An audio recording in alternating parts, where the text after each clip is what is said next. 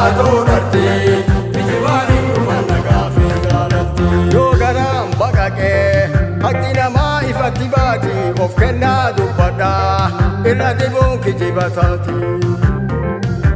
Yoo garaan baqaqee haqqi namaa ifatti baati of kennaa dubbadha irra dibuun kijiba taati.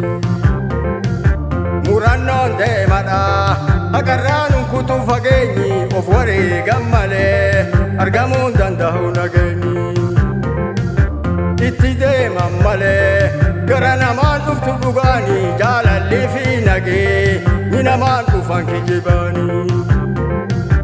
Ifattaa dubbannu falanta'oo irra dibaanii nu dhamaasa malee dhigeroon geenyu kijibaanii.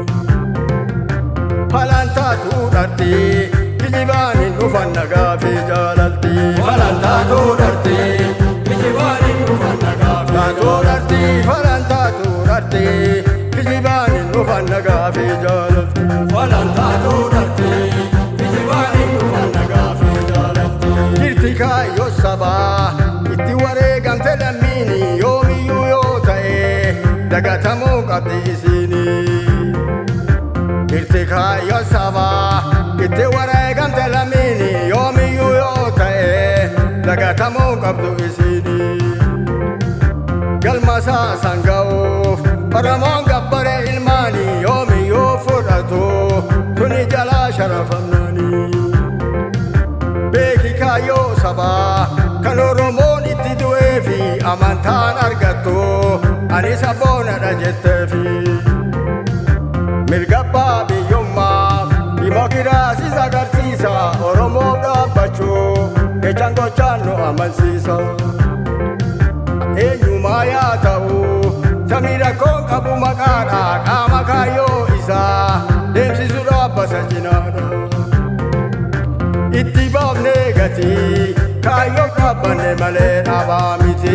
Itti baafnee gatii kaayyoo dhaabbanne malee baafnee gatii. Itti baafnee gatii kaayyoo dhaabbanne malee dhaabaa miti. Itti baafnee gatii kaayyoo dhaabbanne malee dhaabaa miti. Of wareegan malee addatti maal fayyada goonni nuyi beekaa dhabne teenya waliin galtu hayyoonni.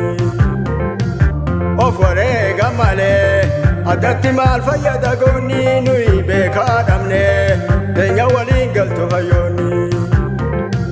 Kanumaaf Oromoon fira du'aan hawwe gowwaadha alagaallee ta'u beekanoo bulche wayyoodha. Walqaltee wal gubdee Oromoo maaltu hafe laata kan harkaan umuree Minilikoo wayya fakkaata. Safuu baatee jirti waaqaa lafa si sodaattu hoonan beenya argu Oromumaa natti fakkaatu. Ampamaa alatti Oromoon diinarra hammaatee